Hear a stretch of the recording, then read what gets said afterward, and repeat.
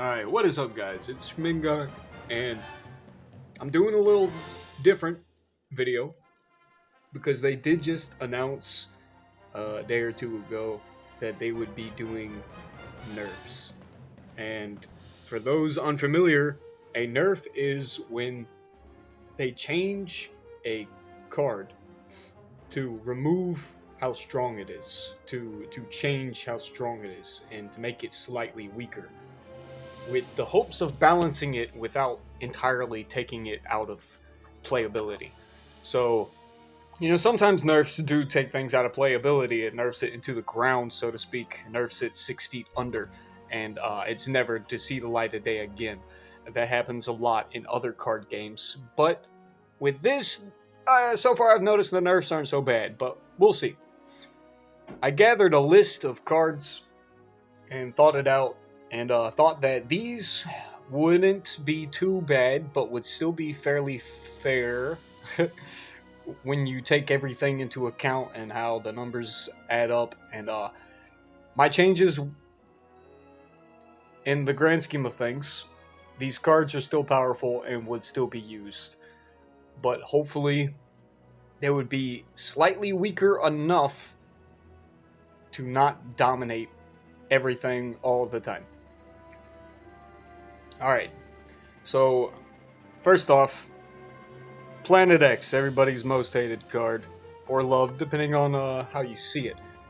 But for my changes, I figure that it should not change the way the card functions. So the 9 or fewer and the exactly 4, I figured it should be that way. So I just changed the power. For 9 or fewer, I'd change it to 12 permanently, just slightly less, not too much. Maybe it could go down to 10, but I feel like 12 is okay. And for exactly 4, I think 24 would be okay, because that would be 24 power not being added, where right now it is 30 permanently. It does say repeat.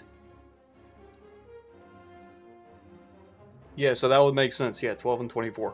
Had to do the math in my head. I forgot it says repeat and not 30. But anyway, on to the next one. Dark Web.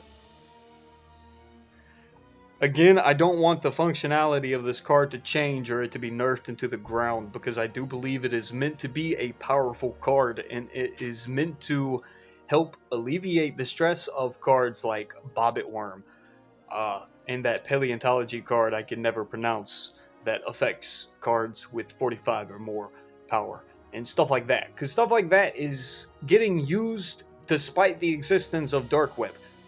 Dark Web make decks that don't run those cards a breeze to beat, essentially, which sucks.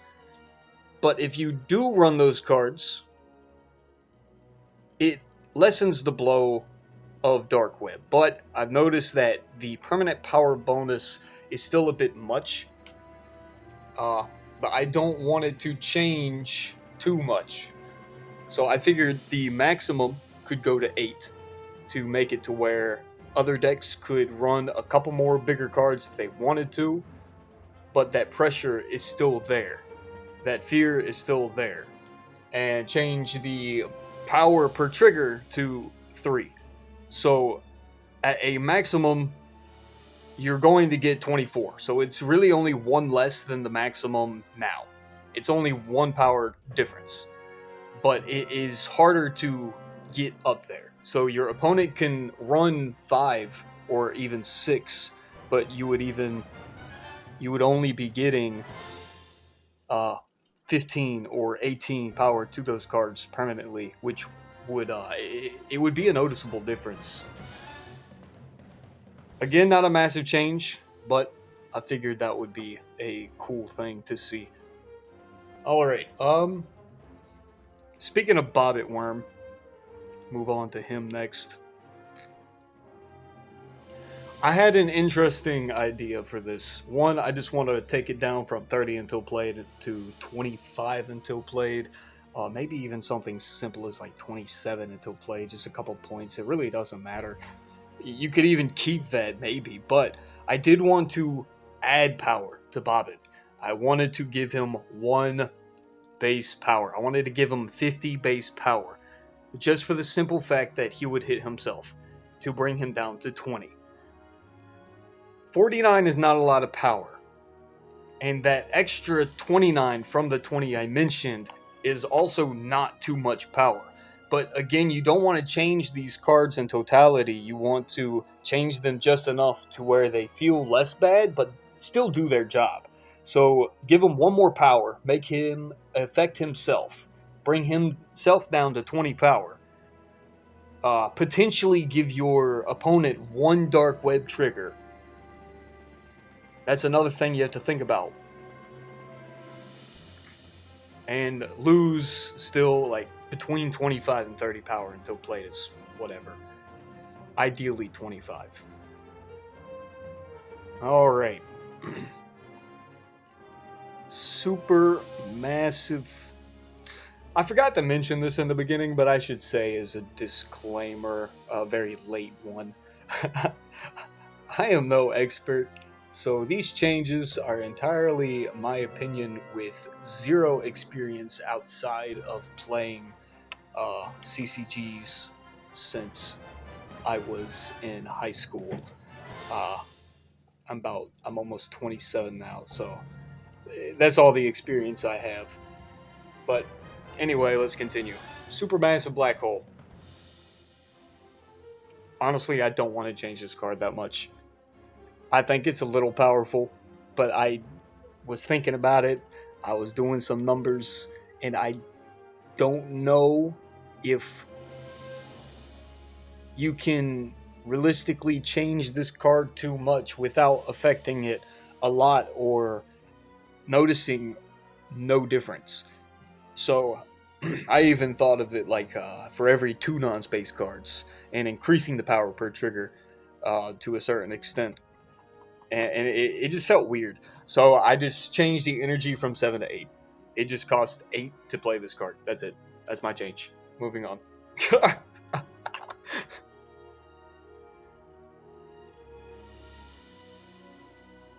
Terminator. Permanent power buff, change it from 40 to 25. It's still a strong card. It's still reducing its own energy if you play it on the last turn of a round. It's still gaining permanent power. But 40 is a little redundant, considering it is on the draw. And something like the tree, it's only gaining 30 power permanently, and it's on the return. Granted, that card also boosts your instrumental card's power by 15, I believe, permanently. So it's a different thing. It's slightly less comparable, but this being paired with Planet X and Supermassive, it just makes it a bit extreme. So maybe you take that down to 25 and it'll be fine. I'm sure it'll still be extremely strong, but, you know, whatever. You could even say increase the cost to 11, but I don't know. Speaking of trees, General Sherman. A 7 for 90 is a bit crazy. And then you add on to the fact that pretty much all of their cards are just beat in the face. It feels kind of bad when you're playing a Dark Web deck and they play this on turn 1 of a round. Like, I don't know. It's not a good feeling. It is not a good feeling. Anybody who has played against General Sherman, knows that feeling all too well if they like big decks. So, I just changed the power debuff from 30 to 25. Again, I did not want to change it too much. That's 15, 30, 45. You're retaining 45 of your power by making this change. Because right now, if you were to play something of 50 or more power every turn of that round, then you are losing 270 power on top of the 90 base power. So maybe also bring the base power of this card down to something like 70 or 80, and then take that down from 30 to 25, and it won't feel as oppressing for a limited legendary. If this was a mythic, it just feels like a mythic. Maybe I'm wrong. It does get worked around with like Bobbit decks and other stuff like that that are really popular, but oh my, it's a hefty card. It does a lot.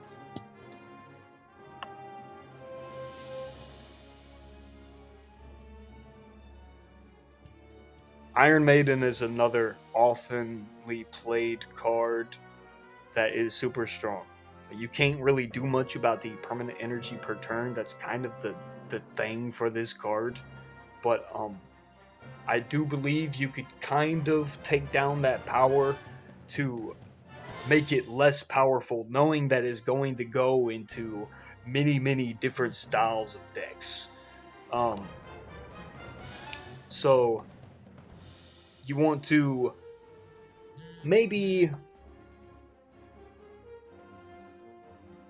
take that power buff down from 15 to 10, and then take the power debuff down from 25 to 15. I think that would be okay, to be honest. That would probably be okay.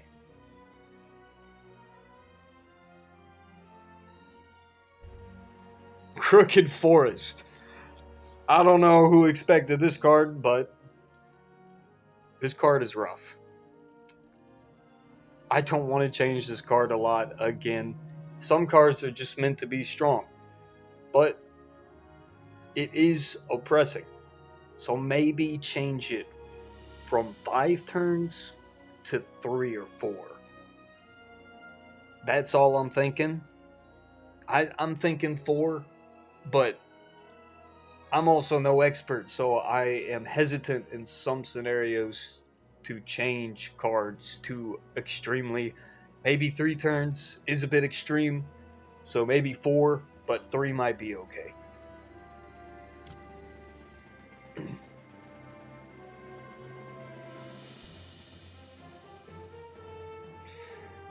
For the last card, I'm actually... Wait, what? Where'd it go? Wait, what?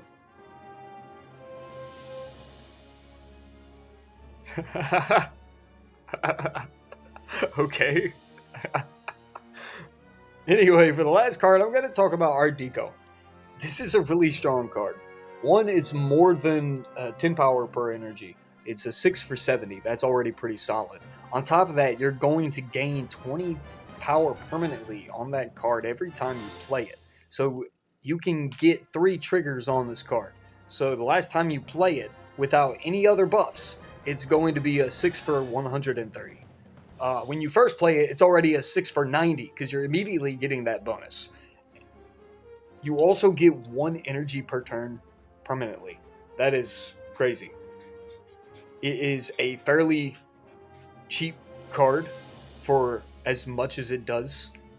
And again, I don't want to change it too much. I feel like making it cost 8 would be a little excessive. So you can maybe change it to 15 permanently and tweak its energy to cost 7. But honestly, I'm thinking just making it cost 7 would be okay.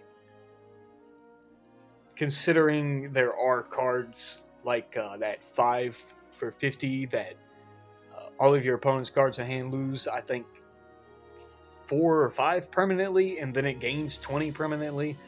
But this, this gives you energy. It's an arts card. It's different. So I'm thinking making it cost 7.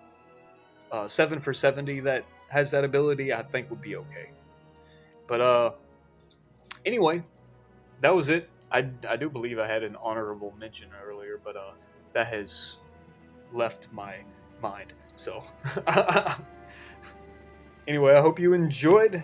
If you agree, if you disagree, let me know. Goodbye.